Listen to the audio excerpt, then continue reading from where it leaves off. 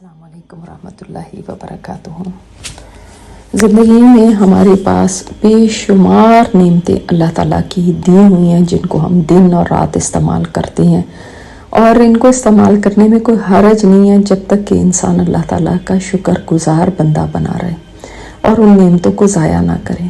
یاد رکھیے، جو نعمتیں بھی ہمیں ملتی ہیں کسی وقت بھی اللہ تعالیٰ ان کو واپس بھی لے سکتا ہے۔ یہ ہمیشہ کے لیے ہمیں ضروری نہیں کہ مل ہی رہیں۔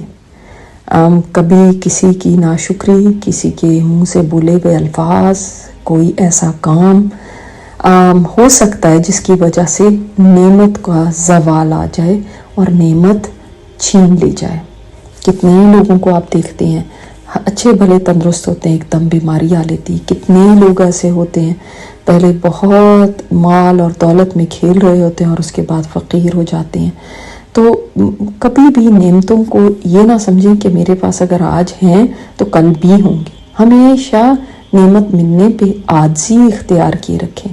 آپ صلی اللہ علیہ وسلم ایک دفعہ گھر میں داخل ہوئے اور ایک روٹی کا ٹکڑا زمین پہ پڑا تھا، تو آپ صلی اللہ علیہ وسلم نے اسے اٹھایا، صاف کیا اور پھر کھا لیا، اور پھر فرمایا عائشہ اللہ کی نعمتوں کا صحیح استعمال کرو، کیونکہ یہ کم نہیں ہوتا ہے کہ کسی گھر سے نکل جائیں تو واپس آئیں۔ یعنی اگر نعمت کوئی چھن گئی نا تو آسان نہیں ہے اس کا کہ واپس مل جائے دوبارہ۔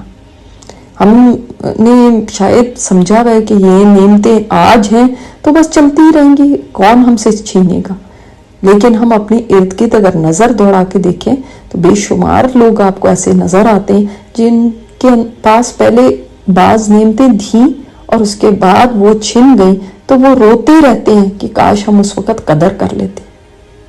اب حالات دنیا کے دیکھیے، کہیں امن و امان تھا اور اس کے بعد جنگیں شروع ہو گئیں، کہیں لوگوں کے پیارے ان کے پاس ہوتے ہیں اور پھر ان سے جدا ہو جاتے ہیں، کہیں اور کوئی نعمت نوکری کی ہے، کاروبار کی ہے، گھر بار کی، چھت کی ہے، یا جسمانی صحت اور قوت کی ہے۔ یہ سب ایسی نعمتیں ہیں جو کسی وقت بھی انسان کے پاس سے جا سکتی ہیں۔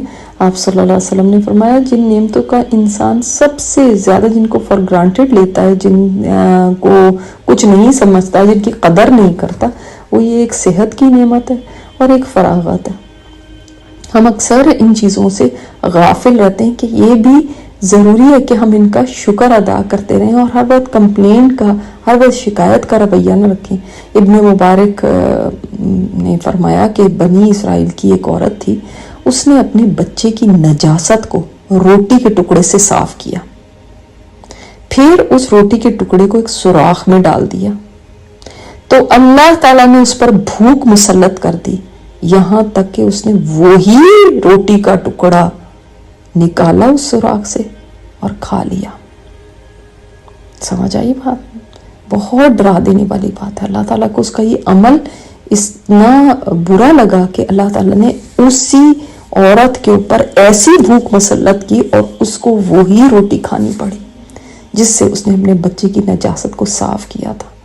تو بعض دفعہ ہم نعمتوں کو پھینکتے پھرتے ہیں اور ان کو کچھ سمجھتے نہیں ہیں اور سوچتے ہیں کہ کیا ہو گیا، اور پھر کبھی لعنت ملامت بھی کرتے ہیں، کبھی برا بھلا بھی کہتے ہیں، کبھی ان کے اوپر ناشکری کے الفاظ بھی کہتے ہیں، اور کبھی ان کو بالکل ردی کی طرح استعمال کرتے ہیں، ضائع کرتے ہیں، اور سوچتے بھی نہیں ہیں کہ اگر اللہ تعالیٰ نے یہ مجھ سے چھین لی تو پھر میرا کیا بنے گا۔